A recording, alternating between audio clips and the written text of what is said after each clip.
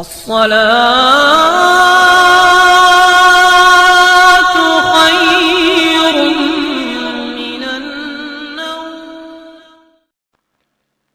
अस्सलामु अलैकुम वरहमतुल्लाहि वबरकातुहू। औज़ु बिल्लाहि मिनश शैतानिर रजीम। बिस्मिल्लाहिर रहमानिर रहीम। नहमदुहु व नुसल्ली अला रसूलिहिल करीम। अन नबी सल्लल्लाहु तआला अलैहि वसल्लम मन काना युमिनु बिल्लाहि वल यौमिल आखिर फलयुक्रिम ज़ैफ़हु व मन काना युमिनु बिल्लाहि वल यौमिल आखिर फला युज़ि जारहु व मन काना युमिनु बिल्लाहि वल यौमिल आखिर फलयकुल खैरन अव लियस्मुत। वफ़ी रिवायतिन मन क़ाल युमिनु बिल्लाहि वल यौमिल आखिर फलयसिल रहमहु औ कमा क़ाल सल्लल्लाहु तआला अलैहि वसल्लम। बारगाह रिसालत में दुरूद शरीफ का नजराना पेश कीजिए। अल्लाहुम्मा सल्लि अला सय्यिदिना व मौलाना मुहम्मदिन व बारिक वसल्लम। एक बार कलमा शरीफ का जिक्र कीजिए, ला इलाहा इल्लल्लाह मुहम्मदुर रसूलुल्लाह सल्लल्लाहु तआला अलैहि वसल्लम। आज मैंने सही मुस्लिम और सही बुखारी शरीफ की एक हदीस पढ़ी। अपने नबी पाक साहिब लौलाक सल्लल्लाहु तआला अलैहि वसल्लम का एक इरशाद गिरामी पढ़ने का शरफ हासिल किया। हुजूर फरमाते हैं, मन काना युमिनु बिल्लाहि वल यौमिल आखिर फलयुक्रिम ज़ैफ़हु। जो अल्लाह पर और उसके रसूल पर ईमान रखता हो उसको चाहिए कि अपने मेहमान की इज्जत करे। मन काना युमिनु बिल्लाहि वल यौमिल आखिर फला युज़ि जारहु। जो अल्लाह उसके रसूल पे ईमान रखता हो, यौम आखिरत पर ईमान रखता हो, उसको चाहिए कि अपने पड़ोसी को तकलीफ न पहुंचाए। मन काना युमिनु बिल्लाहि वल यौमिल आखिर फलयकुल खैरन अव लियस्मुत। जो अल्लाह पर और यौम आखिरत पर ईमान रखता हो उसको चाहिए कि वो अच्छी बात बोले या खामोश रहे। वफ़ी रिवायतिन मन काना युमिनु बिल्लाहि वल यौमिल आखिर फलयसिल रहमहु। एक रिवायत में हुजूर ने फरमाया कि जो अल्लाह यौम आखिरत पर ईमान रखता हो उसको चाहिए कि अपने रिश्तेदारों के साथ नेक सलूक करे। यह है हदीस। इसको सुनकर के आपने अंदाजा लगा लिया होगा कि हमारे हुजूर ने हर मोड़ पर इंसानों की बेहतरीन रहनुमाई फरमाई। पहली बात क्या है? फरमाया, मन काना युमिनु बिल्लाहि वल यौमिल आखिर फलयुक्रिम ज़ैफ़हु। जो अल्लाह पर और क़यामत के दिन पर ईमान रखता हो उसको चाहिए कि अपने मेहमान की इज्जत करे। मेहमान नवाजी। मेहमान नवाजी का इस्लाम में बहुत बड़ा मर्तबा है, बड़ी अहमियत है। यहाँ तक के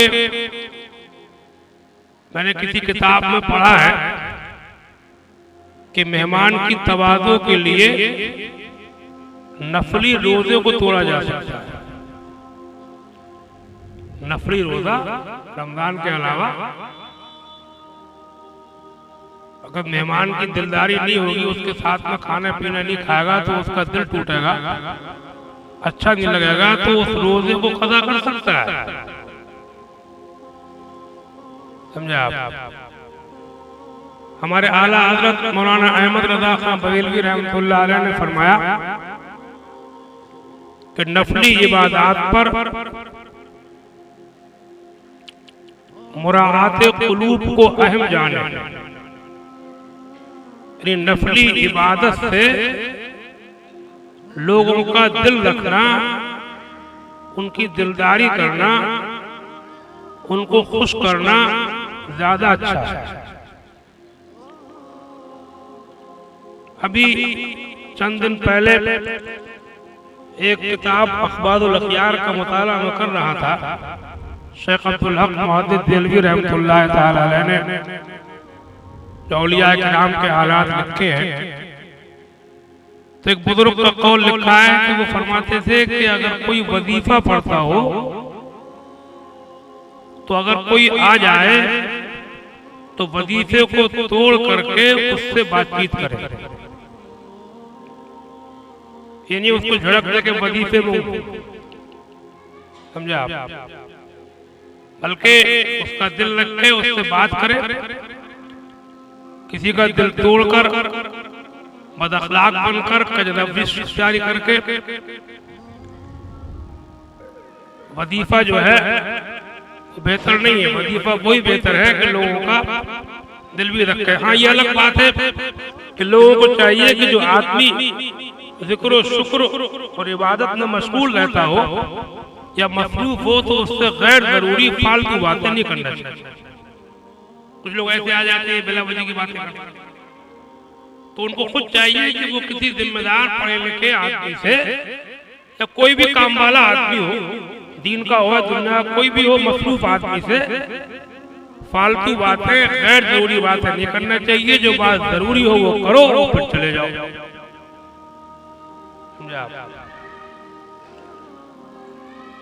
तो बात आ गई थी मेहमानदारी की।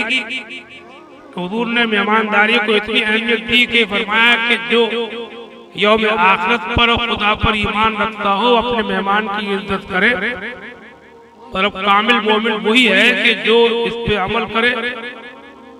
तो मेहमानदारी और दिल रखना लोगों का, इसकी बड़ी अहमियत इस्लाम में दी गई। उनको उसको खिलाना पिलाना, उसकी जरूरतों को पूरा करना, उससे खुश मिजाजी के साथ बोलना। अगर कोई गम भी है तब भी चेहरे से जाहिर न होने देना, बल्कि अच्छे चेहरे के साथ खुश मिजाजी के साथ उससे बात करना और मेहमान से इस तरीके से बात करना कि उसको ये एहसास हो कि ये हमारे आने से इसे कोई तकलीफ नहीं हुई है, हमारे आने से ये खुश है। इस तरीके से पेश आया। लेकिन एक रिवायत में ये भी है कि मेहमानदारी जो है वो 1 दिन 2 दिन तक की 3 दिन तक की इजाजत दी गई, और 3 दिन के बाद भी अगर मेहमान ना जाए तो उसके लिए फरमाया कि वो सदका है। अरे 3 दिन तक तो मेहमानदारी करना सुन्नत है, और 3 दिन के बाद सदका है, नफल है। मतलब अब कोई मजबूरी है तो उससे माजरत कर सकता है, और फिलहाल किसी घर पर रहना भी नहीं चाहिए।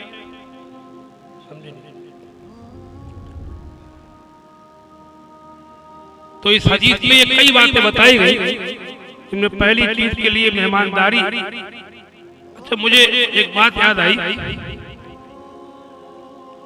आजकल जो खान पान के अंदर जो बहुत ज्यादा तकल्लुफात बढ़ गए हैं, तो उसकी वजह से भी लोग मेहमानों से कटने लगे। खाने पीने अगर सादा हो, वैसे तवाज़ो में खिलाना अच्छी चीज है, अच्छी बात है, लेकिन कटने लगे हैं। मतलब ये, मेरा मतलब ये है कि चाहे सादा खाना खिलाओ, भूखे को खिलाना ही सवाब है। ये नहीं है कि ये तो खिलाएंगे तो बहुत बढ़िया स्टैंडर्ड का, वरना उससे बात ही नहीं करेंगे, कटेंगे, मुंह बचा के निकल जाएंगे। हमारी बेइज्जती हो जाएगी, हमारी शान घट जाएगी अगर हम सादा खाना खिलाएंगे। कोई मजबूरी है, परेशानी है, कोई बात है, जो भी हो सके जो है वो पेश करो, अल्लाह ताला कबूल फरमाए। समझा? आजकल के जो पुरतकल्लुफ खाने हैं, तरह तरह के बहुत से आइटम, मतलब आदमी अब मेहमानदारी नहीं करता है। आजकल आदमी मेहमान की तवाज़ुन नहीं करता है, बल्कि अपनी तारीफ के लिए करता है। तो कोई ये कहे कि हाँ बहुत बढ़िया खिलाया, समझे नहीं? ये अल्लाह वाले होते थे, ये बुजुर्ग लोग, औलिया किराम, इनके जो लोग आते थे भूखे नहीं जाते, लंगर चलते थे।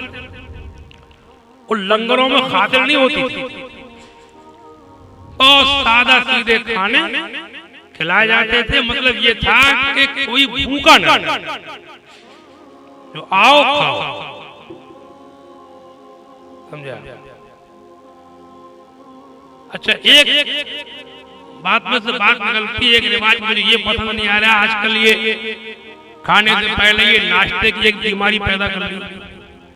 नाश्ता कोई बुरी चीज तो नहीं है, लेकिन उसको इतना जरूरी बना दिया है, इतना ज्यादा अहम कि वो मतलब जैसे उसके बगैर खाना खाना कोई जायज ही नहीं है। समझे? खाने का टाइम है, भूख भी लगी है, खाना तैयार है, समझे? आइए नाश्ता कर लीजिए, बिला वजह की बात है। और जब खाने से पहले आदमी नाश्ता ठूस लेगा तो फिर खाने की नाकदरी भी तो होगी। बिला अच्छे खासे खाने की नाकदरी उसे ठुसा देते हैं पहले, जिन्हें क्या क्या क्या क्या क्या क्या, समझे? रिवाज बन गया। और ये रिवाज ज्यादा बनना अच्छा नहीं होता है, क्योंकि जब रिवाज ज्यादा बन जाते हैं तो खर्चे बढ़ते हैं, और जब खर्चे बढ़ते हैं तो फिर आदमी बेईमान बनता है। माहौल को ऐसा बनाओ कि कम से कम खर्चे हों। बात जगह तो बिला वजह टाइम खराब करते। मुझे कई बार तजुर्बा हुआ, गए नमाज जोहर पढ़ना, उससे पहले खाना खाना है, अब वो खाना खाने के पहले का नाश्ता कर लीजिए, बिला वजह टाइम खराब कर दिया। उसके बाद में भूख भी खत्म हो जाती है, समझे आप? नमाज का टाइम भी होने जा रहा है, अब वो नाश्ता कर लीजिए। कुल मिलाकर के बात यह है कि वैसे खिलाना पिलाना कोई बुरी बात नहीं है, नाश्ता भी कोई नाजायज नहीं है। पहले जमाने में नाश्ता उस खाने को कहते थे जो सुबह को खाना खाया जाता है, सुबह के खाने को नाश्ता कहते हैं। वो हर टाइम नाश्ते हो रहे हैं बेजरूरत। हाँ, अगर कोई ऐसी सूरत है कि खाने में देर है और बहुत भूखा है और तो बर्दाश्त नहीं हो रही है, तो कोई चीज खिला पिला दो, हर्ज नहीं है। बिला वजह बेजरूरत भूख भी है, खाना भी है, और नाश्ता हो रहा है, फुजूल खर्चियां, समझे? और तो कुल मिलाकर के हदीस में जो 3-4 बातें बताई गई, उनमें पहली बात जो थी वो क्या, मेहमान की तवाज़ो, मेहमानदारी की अपने इस्लाम में बड़ी अहमियत है।